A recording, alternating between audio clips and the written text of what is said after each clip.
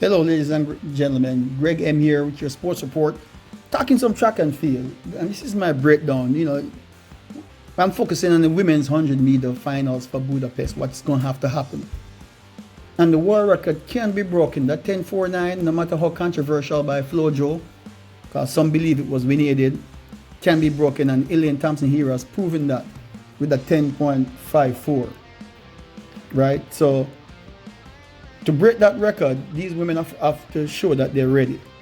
They have to be motivated and want it and be able to maintain the form over the race. And it's going to all depend on who can survive the rounds. First of all, you got to qualify the rounds and get to the finals. And we already know Talu has already run a 10.75, right? Let's see if I can write it in here. 10.75. Shericka Jackson 10.65, and then Sha'carri Richardson, I think 10.76 is our legal time, and Shelly-Ann Fraser-Pryce has run a 10.60 best. She's the world champion. She's the defending champion.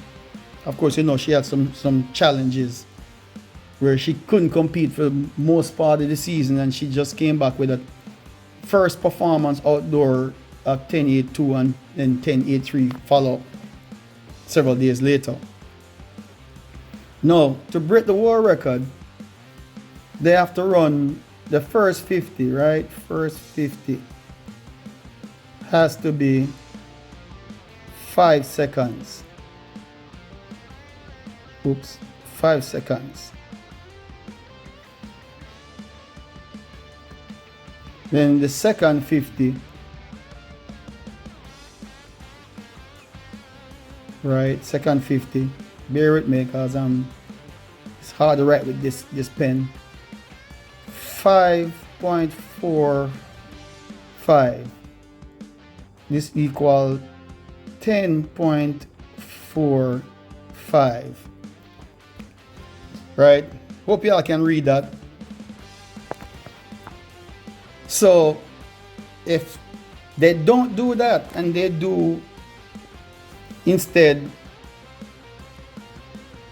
the first 50 at 5.2, right, and then second 50 5.4, that's 10.60. Shelly-Ann Fraser-Pryce have that. So which one of these women you think can get there? We already know Shericka Jackson ran a 10.65. She has not repeated that in the races after the nationals. Talu has been consistent at the 10.75. Sha'carri Richardson has been, I want to say she's been consistent. 10.7s. 10.76. She ran a 10.57. We needed, but like I said, ladies and gentlemen, in past videos, I don't respect we needed time. It's nice to see the fast times, but it's not true evidence of what your real potential is. Right? The win legal limit is 2.0. If you have 2.0 and 1.5, that's allowed. And we hope to not have negative wind conditions. I want to see some of these records being broken, especially the longest standing ones like the 10.49. I want to see the women's 400-meter record broken too, because that was set by East Germany Marita Koch. But I'll do another video on that. I've done one before, but I'm going to come back to it. Do you believe these women can get 5 seconds? And as long as nobody fast start, and they are healthy, the mind right, they line up, 8 people line up. And these are the women that are probably going to be expected to be battling for gold, silver, and bronze. But the prize is gold, to take the throne from Shelly-Ann Fraser-Pryce. If they can come out and run 5 seconds, that's what they're going to have to do. And maintain that form. That means you have to get a good start. You can't come out from behind. Your reaction time is going to have to be good. Your drive phase is going to have to be on point. and coming up into your running form, that stride rate, that turnover rate, got to be on point. Meaning that you're maintaining that speed now. Maybe even increasing the speed up to 60, 70, and to be able to hold that. Yeah, you might have great top end speed, but if you're running from behind and you might catch them on the line and beat them, you're not going to have that world record. All these women are going to have to come out almost close to each other, and it's who can maintain and decelerate the slowest. Meaning maintain that top end speed. Once you hit that top end speed at 60, 70 meters, you got to maintain a 5.45 speed. See what I'm saying? Unless you can come out the first 50 at about 4.99 speed or something like that and maintain 5.45, even if you're decelerating a little bit faster than usual that you want to, but you still, the first 50 was so fast that if you run 5.45, you're still gonna be able to break that world record, run 10.45, 10.47, 10.48, which is just under the current world record. And any one of these women, if they're on point and healthy, can do it.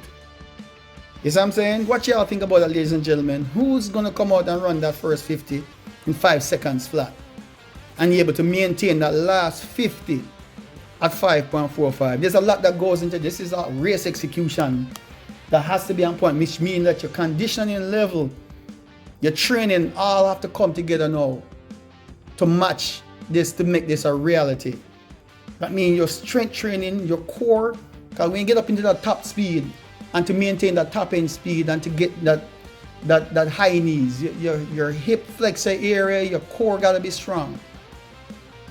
Otherwise, if you decelerate too fast and you can't maintain that stride rate and stride frequency, meaning the turnover rate, and you're going to need to do a certain amount of strides to achieve that and maintain that stride frequency or stride rate through to the end.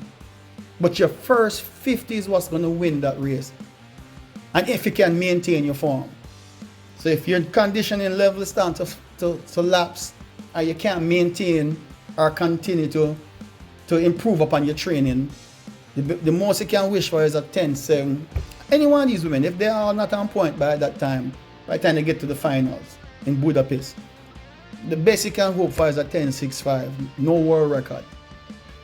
But for them to have you hope that they all are well prepared. They have the strength training down, they already knock out the speed and endurance to manage the rounds.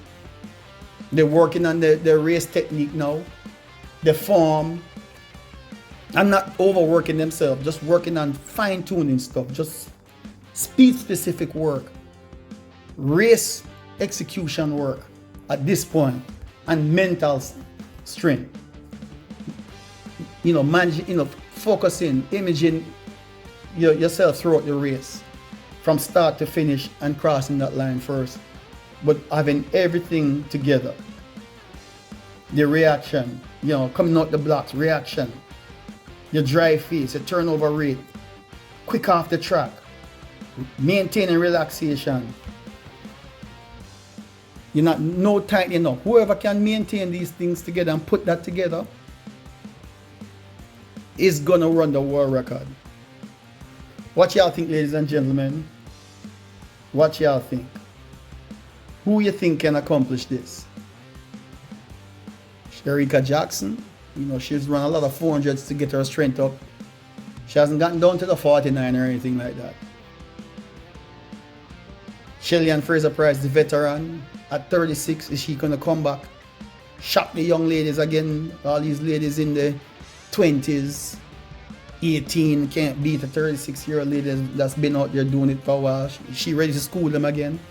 Sha'carri Richardson, overcoming the obstacles. She says she's better. She's better. She's not just back, she's better. Talu, who's, championship gold, has evaded her for a long time, but she's not giving up the fight. She's close to Shelly-Ann Fraser-Pryce in age, I think, and she's still doing it up. Shericka Jackson, she's hungry to have a double-double. I'm still bringing her for the favorite. As I say, I still have that 21.86. She's consistent so far in the 200. And I'm still looking at her to have a chance to break the world record, because if she duplicate that 10.65 again and can come back in that 200 with that same kind of speed, with the strength to back it up, she can run that 21.30 or 21.2 or something like that. We used to say the women are not as strong as the men.